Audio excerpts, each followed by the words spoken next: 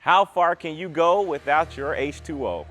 I'll give you a hint, not very far. I'm Rick Jackson, and thank you for joining us with our last virtual WaterWorks WaterBoy series. Hey, it's not a secret. Stick your head out the window. You can tell it is very hot, as it usually is here in Alabama during this time of year, so hydrating is extra important. We're so glad to be partnering with the YMCA of Greater Birmingham, and Mickal Thomas joins us today here at Shades Valley YMCA. Mickal, thank you so much for joining us. It's hot, but you know, you do indoor and outdoor workout. Tell us a little bit about what you do at the Y before we get started with hydration.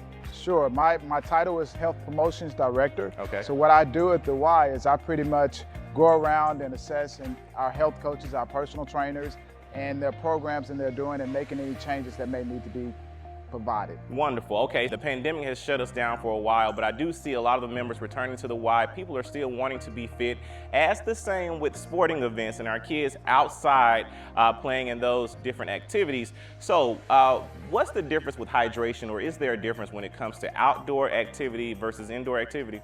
Sure, there's a lot of difference when you're talking about exercising outdoors compared to indoors. When you're exercising outdoors, you have to take into account the heat.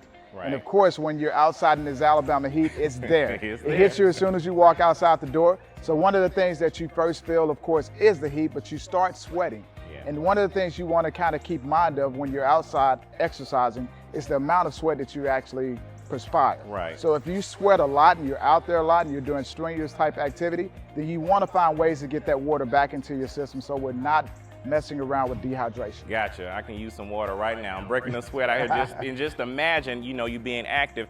In particular, I know with our program, we usually gear around our youth and them playing outside sports. We're reminding the coaches to make sure they're staying hydrated. So are there any telltale signs that we need to look for if we're engaging in activity, in particular out in the summertime? Definitely. One of the first things you want to kind of look for if you're out doing strenuous activity is you don't want that kid or that person to stop perspiring. Perspiration is our body's natural way of actually cooling itself off. So the second they stop perspiring is with their body temperature starting to increase. They start to feel nauseated, sometimes they have headaches, then they start having muscle cramps. So if you start seeing any of those signs or symptoms, then it's time to get them to a cooler area and get some more water and hydration in them. And hydration important, of course, whether you're young or very wise, correct? Correct. Regardless of what age you are, this heat will get you no matter what. Yeah. So it doesn't really discriminate. Gotcha. Well, Mickal, we really appreciate your insight. I'm starting to break a sweat, so we're going to go ahead and wrap up. But of course, if you would like more information about your local YMCA branch of Greater Birmingham, make sure you are on our social media if you haven't already. Follow us on Facebook and Twitter at BHAM WaterWorks. We will be continuing to post videos throughout the year on our YouTube channel. We really appreciate you making this virtual experience one that we'll never forget. I'm Rick Jackson, and we'll see you next time.